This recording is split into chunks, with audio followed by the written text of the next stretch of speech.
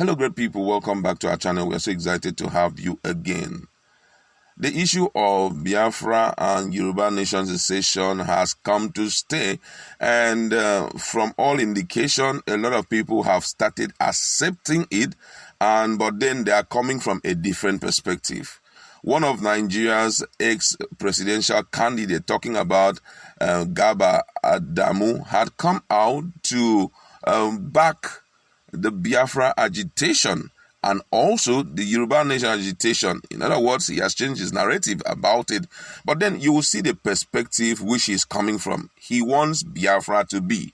He also wants Yoruba nation to be. But then he has given the condition with which they will have to exist.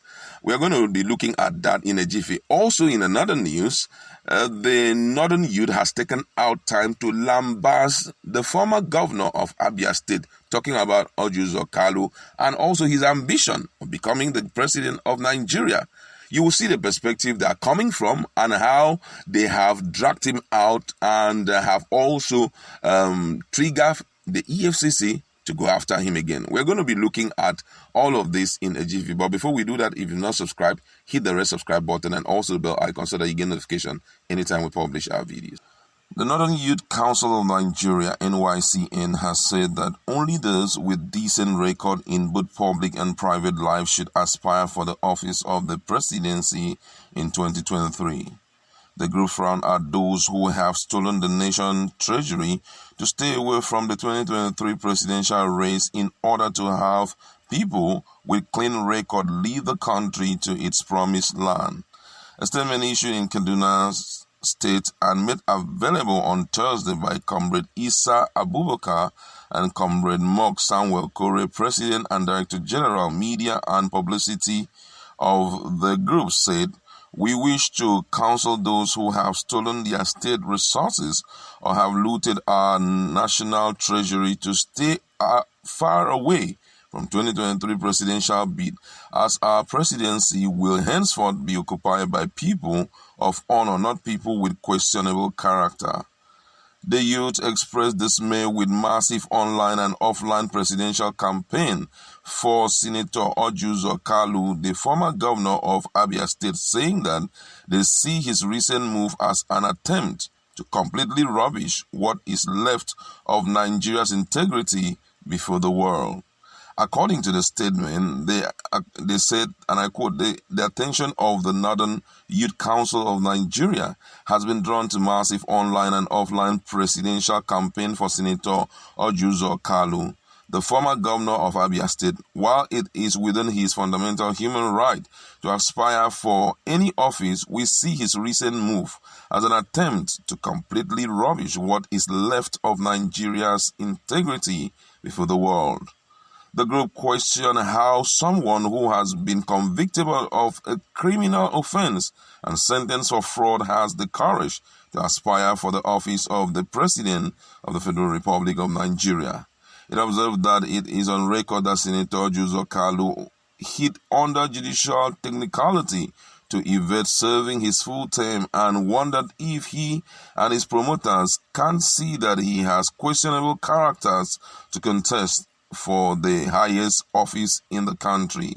He stated that what is still keeping Senator Kalu in the Red Chamber is the inability of the Economic and Financial Crime Commission, EFCC, to revisit his case and start prosecuting as recommended by the court that technically ordered his release. It said that when his trial is done, many times Senator Orji Kalu would be found guilty, stressing that all the courts in the land have found him guilty of stealing public funds and the presumption of innocence is no longer on his side. The group called on the chairman of the EFCC, Abdul Rashid Bawa, and the chief law officer of the country, Abubakar Malami, senior advocate of Nigeria, to tidy up the process of arraigning Kalu so that he can go back to where he rightly belongs in order to save Nigeria further embarrassment. Meanwhile, in another development, the former Nigeria presidential aspirant Adamu Garba says those agitating for sovereign countries of Biafra and Yoruba nation have the right to do so. Featuring on Wednesday night on Trust TV Daily Politics, Garba said there was nothing wrong in creating another republic in Nigeria, but cautioned that it must be with a constitutional backing. According to his word, he says Russia has a similar case, similar to Indonesia. Now, if you go to Russia, there are 82 different states in Russia. 22 of these states are like mini countries. The president is elected by their constituency, and then Moscow now validates that this guy is the president. What stops us from deploying this solution? If Biafrans say they need Biafra, what is wrong in having a Biafra Republic in the Federal Republic of Nigeria? What is wrong in having the Oduduwa Republic in the Federal Republic of Nigeria? What is wrong in having an Islamic party in Borno? There is nothing wrong with that. We have different Islamic parties in Islamic countries. If you say you are going to form an Islamic party and create the government, create and make the governors, but you have to assent to the Constitution of the Federal Republic of Nigeria. When you do that, you find out that you are isolating the problem from where it is and bringing about long-term stability. It has been reported that in recent times that the call for secession have heightened, especially in the southeast and southwest region of the country, with agitators alleging that their regions have been unfairly treated by the federal government. I mean, the whole news here shows that a lot is happening in this political space of Nigeria. Now, the first one here I want to look at is the second news, which has much to do with the issue of Biafra and Yoruba nation agitator. One of those that I know was strongly against it was this former presidential aspirant Adamu Garba.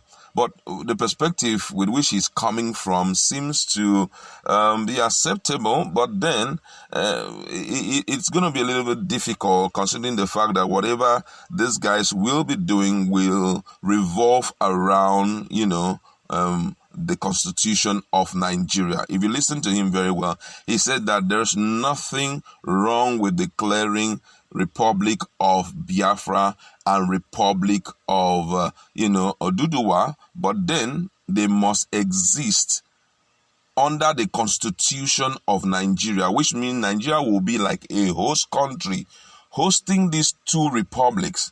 But then I think all of what he's saying, if I am right, I think he's talking about restructuring. That name Biafra should be a reality in Nigeria, you understand?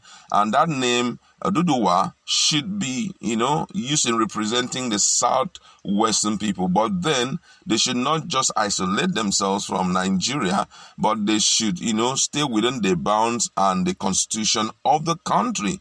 Now, the big question is, if a republic decides to stay under Nigeria, will they have their own president? Or is it just an issue of restructuring when they run their own economy autonomously, not under the influence of the federal government? Because everyone needs to know this singular truth. I believe that if this is done, it will help to some extent reduce the agitation, of these two agitating regions. First of all, that name Biafra should be identified in the country, Though they have been seeking, they don't just want self-determination, they need cessation. That had been one emphatic thing. We want Biafra or nothing else. So here, Garba Shehu is saying, Garba Adamu is saying they should be Biafra.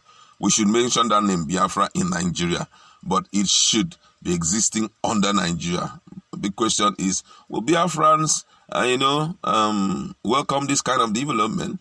Now, let's look at the first news, which talked about the issue of appointing the issue of presidency and talking about corruption. I'm bothered over this news, considering the fact that we have long list of people who are in the list of EFCC who are yet to be tried. And these people are also going to appear, as presidential aspirants of different parties. So for you to single out the person of Orji Kalu and say that he is very corrupt, there's no need for him to come on board, there's no need for him to campaign on all of that. We should also not be looking at just the fact that this person is convicted. We should also look at the other people who are in the waiting list of EFCC who are yet to be tried. We want to go like that. We know that the likes of Asiwaju will also be indicted because of the issue of what do you call it? The